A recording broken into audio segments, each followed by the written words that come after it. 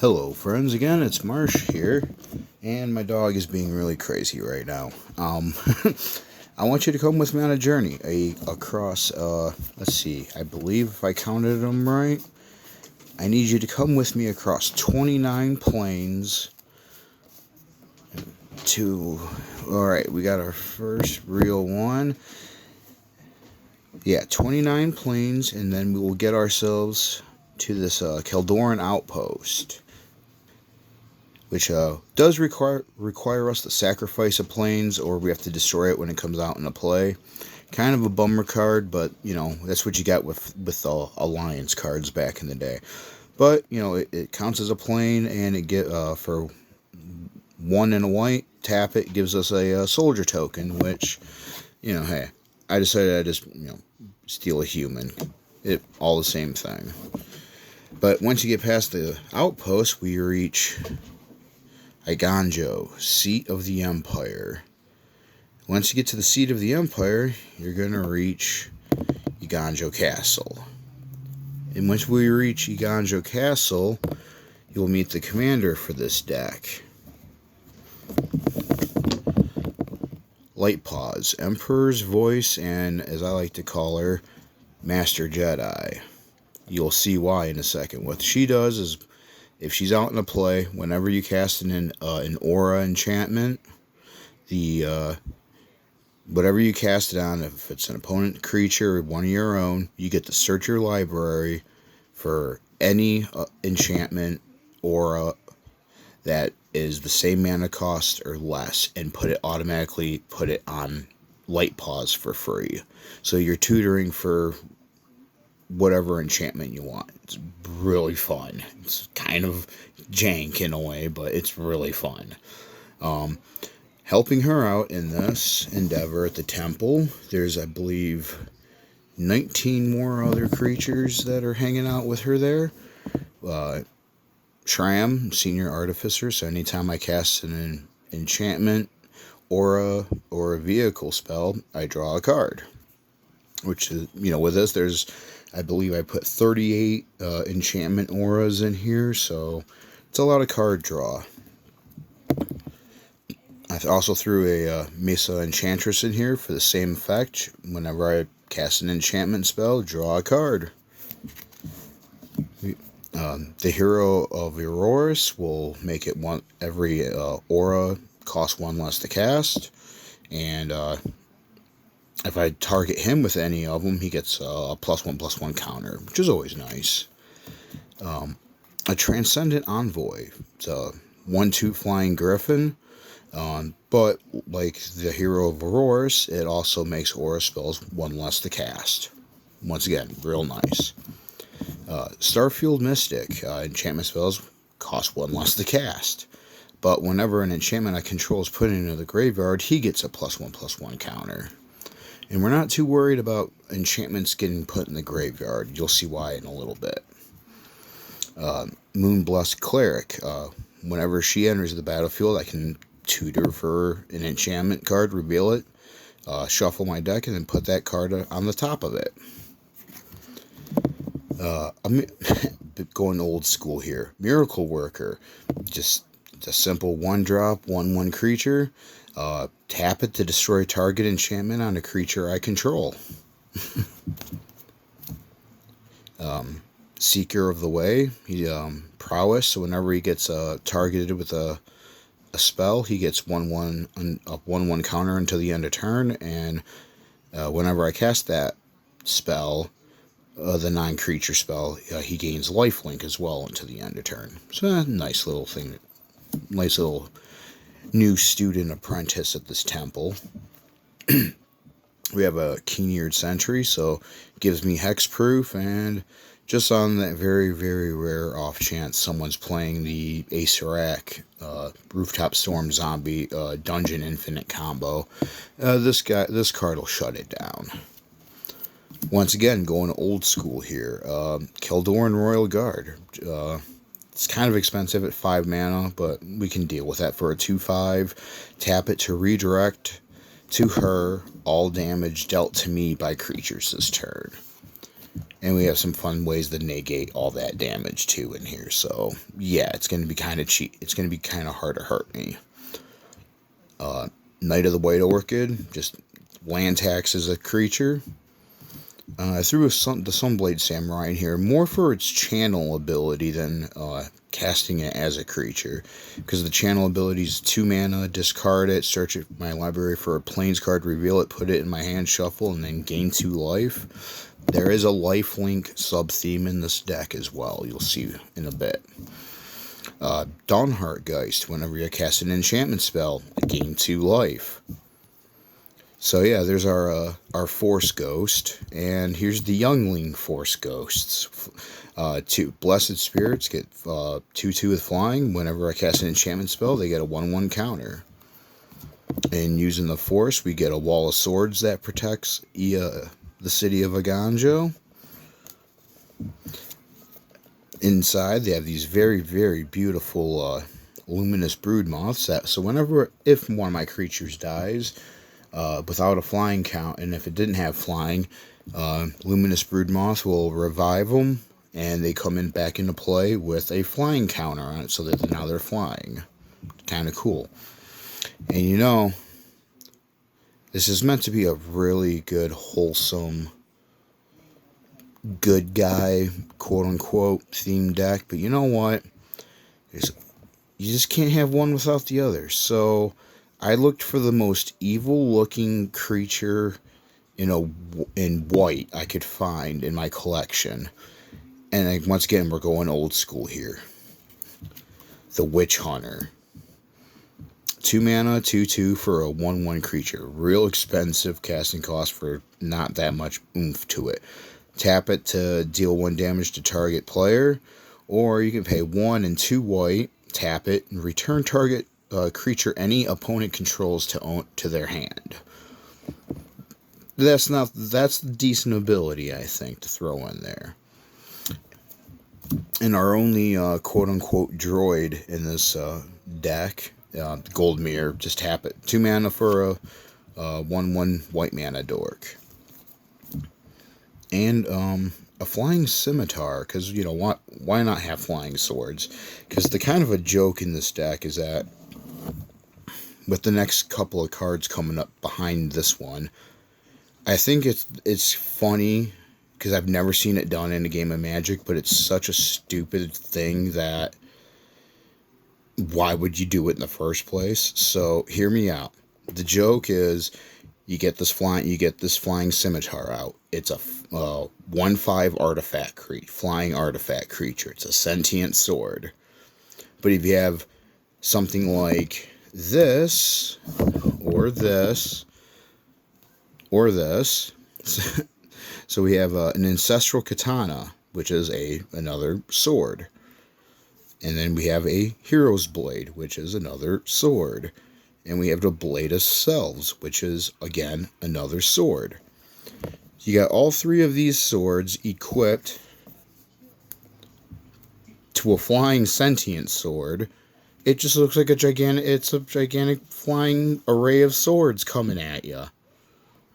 Like, visually speaking, in the context of the game. And I just think that's kind of funny. It's so stupid, I don't know if it's ever going to work for me in that respect or not. It's a new sub-theme I added into this deck recently before I decided it was time to show it off. Once again, we got a lot of old school cards in this deck you're going to find. And it's not because of the jank wording on it, because I know a lot of these have been updated to current date standards. Crown of the Ages, 2 mana to activate, 2 mana to cast it, 4 mana to tap it. Switch target enchantment from one creature to another. The enchantment's new target must be legal. The controller of the enchantment does not change. So I can't take something from another player and transfer it to another player, or something from another player onto me, or something from me to another player. But I can, within each player, I can exchange enchantments at my own leisure, which is kind of fun. It can be interesting in a couple of these instances. Scarab of the Unseen, 2 mana. It's just going to sit out in the field. It's just a security precaution. Tap it to sacrifice it to return all enchantments on target permanent I own to their owner's hand. Draw a card at the beginning of the next turn's upkeep. So you get an extra card draw out of it, as well as saving your enchantments from a trip to the graveyard. However, if something does go to the graveyard, enchantment-wise, I got this bad boy. Skull of Orm, once again, kicking it old school. 3 mana to cast it. Unfortunately, it's 5 mana to activate it. 5 mana, tap it, bring 1 enchantment card from your graveyard to your hand. I mean, if I had a Strionic Resonator, I could double that effect every turn, but I don't think I need a Strionic Resonator in this deck, because the game doesn't usually last very long. Only two ramp spells. 2 ramp artifacts, I guess, not spells. Soul Ring and an Arcane Signet. You guys know what those do by now. Guys, gals, I'm sorry. We have, because I'm playing mono white, I thought an Angel Feather would be appropriate, so whenever I cast a white spell, I gain 1 life. As well as a Staff of the Sun Magus. Whenever I cast a white spell or a Plains enters the battlefield under my control, I gain 1 life. And those are all my artifacts. I know, shocking. No Aether Flux Reservoir, right? I don't want to electrocute you. We're a peaceful people at Eiganjo Castle. You don't mess with us, we don't mess with you. But the moment you attack us, be ready. Because we've got Holy Strength. Target creature gets +1/+2. Holy Armor. Target creature gets +0/+2, and then it has a pumpable effect, which target creature gets +1/+0, or +0/+1 until the end of turn. And you can do that for as much white mana as you have access to. Seeker. The target creature cannot be blocked except by white creatures and artifact creatures. Remember that Wall of Swords I had in here? That wasn't a joke. Because I want to animate it. If I ever get it out in a play, I want to be able to animate that wall. So that Wall of Swords can also attack and maybe get some equipable swords on it. See, told you, sub-theme. Sentient swords getting equipable swords. It's just funny to me. It hasn't been done. I've never seen it in a Magic game in 25 years. Cathar's Call. It's an enchantment. You get to bring the creature out, has vigilance. And at the beginning of your end step, you create a 1/1 white human creature token. Which I already showed you the token. That's already in there. We have Marked by Honor. Target creature gets +2/+2 and has vigilance. Mortal Obstinacy. Gets +1/+1, and whenever enchanted creature deals combat damage to a player, I may sacrifice this card, and if I do, destroy target enchantment. So that's not a bad way to get, if an opponent has something on that's kind of threatening out there, get rid of it. Ethereal Armor. Enchanted creature gets +1/+1 for each enchantment you control and has first strike. Gleam of Authority. Enchant creature gets +1/+1 for each +1/+1 counter on other creatures you control. And then enchanted creature has vigilance, and for 1 mana, tap, bolster 1. Sage's Reverie. When it enters the battlefield, draw a card for each aura you control that's attached to a creature. An enchanted creature gets +1/+1 for each aura you control that's attached to a creature. Sunbond. Enchanted creature has, whenever you gain life, put that many +1/+1 counters on this creature. As you can see with the way my life gain works, that's going to go off real quick. Mantle of the Ancients. When it enters the battlefield, return any number of target auras and or equipment cards from your graveyard to the battlefield attached to enchanted creature. And it gets +1/+1 for each aura and enchantment attached to it. Flicker Form. Saw a video including this one, and it was such a weird card, but you know what? It's pretty much Teferi's protection for all my enchantments and the creature it's attached. This spell is attached to. That's pretty much what it is, and you just got to pay the 2 and 2 white, And you can remove all the enchantments and the creature from the battlefield, and they come back into play. So it's a great way to save a creature from a board wipe, or targeted removal, exile, negative counters, whichever you want to look at it. Afara's Radiance. Enchanted creature has a colorless and a white tap. You gain 3 life. For 1 mana drop, thought that was pretty good to call. Divine Flavor. Wow. I'm not hungry at all, am I? When it enters the battlefield, I gain 3 life. Target creature gets +1/+3. Celestial Mantle. Target creature, it gets +3/+3. And then whenever this creature deals combat damage to a player, double its controller's life total. Yeah. I don't know if that necessarily counts as lifelink, but that's pretty funny. Grasp of the Hieromancer. This creature gets +1/+1 and has whenever this creature attacks, tap target creature defending player controls. We have Spirit Mantle. Target creature gets +1/+1 and has protection from creatures. Like I said, jank. Stone Skin. Flash. Enchant creature gets +0/+10. Like I said, jank. Daybreak Coronet. You can only cast this thing on a creature that already has another aura on it. So you can't put it on a fresh creature that has nothing on it. But when you do put it on something, it gets +3/+3 and has First Strike, Vigilance, and Lifelink. Guild Scorn Ward. Enchant creature has protection from multicolored. Once again, jank. Armament of Nyx. Enchant creature has double strike as long as it's an enchantment.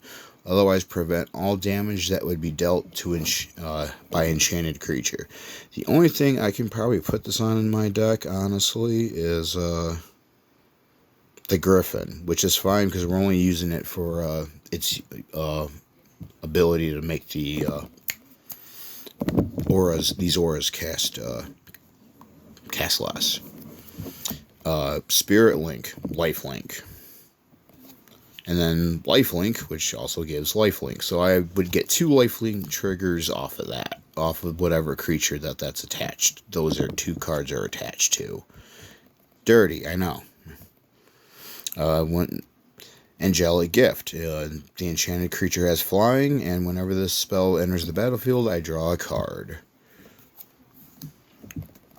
Shielded by Faith. Target creature gains indestructible. I am sorry, I'm just shaky today. Maybe I should go eat something after this. Unquestioned Authority. When it enters the battlefield, I draw a card, and then an enchanted creature has protection from creatures. Battle Mastery. Enchanted creature has double strike.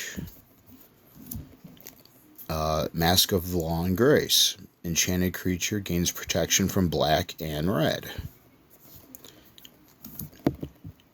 Shield of Duty and Reason. Enchanted creature has protection from green and blue. And if that's not dirty enough for you, black ward, green ward, red ward, blue ward. We pulled out the 4th edition book binder for those spells. Glaring Aegis. When this thing enters the battlefield, target creature tap a target creature an opponent controls, and then target my enchanted creature gets +1/+3 from it. Swift Reconfiguration. It's a flash. Enchanted permanent is a vehicle artifact with crew 5 and loses all other types.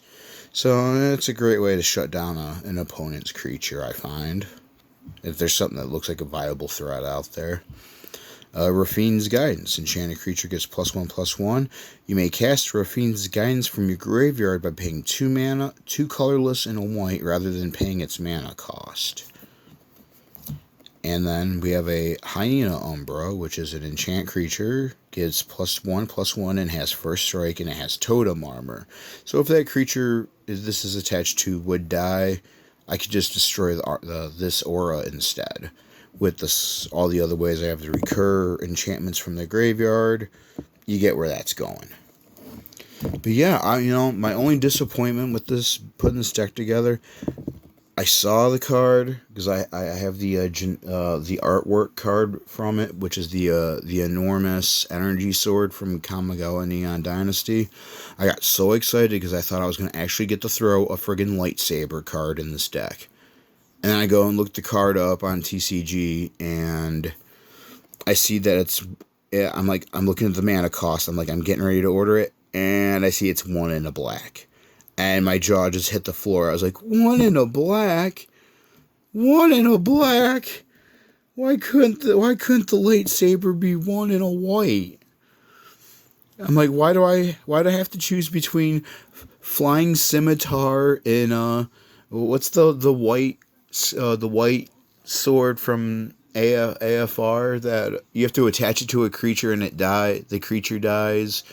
When it dies, the sword becomes a sentient 1/2 creature. I had that card in this deck for a minute. It is just a backup for the Sanctuary, or for the Dancing Scimitar, but yeah, anyway. Yeah, so that's Light-Paws. It's a very dirty, very fast deck. I've gotten to play with it twice. So far, I'm 2-0 with it. 2-0 with it. I haven't played this particular version of it yet. I'm hoping to here in another hour or so. So, wish your boy luck there. Otherwise, I don't know. My buddy I know one of my buddies I'm playing against. He's probably got something to counter this deck already, or he's just not going to want to play. It's going to be one of the two. But yep. That'll be it for now. I guess we'll see you in the next video. I don't know what I'm going to do next. I'm debating on Zombies or Shirokai. Both of them revised and optimized. Until then, though, we'll see you. Peace.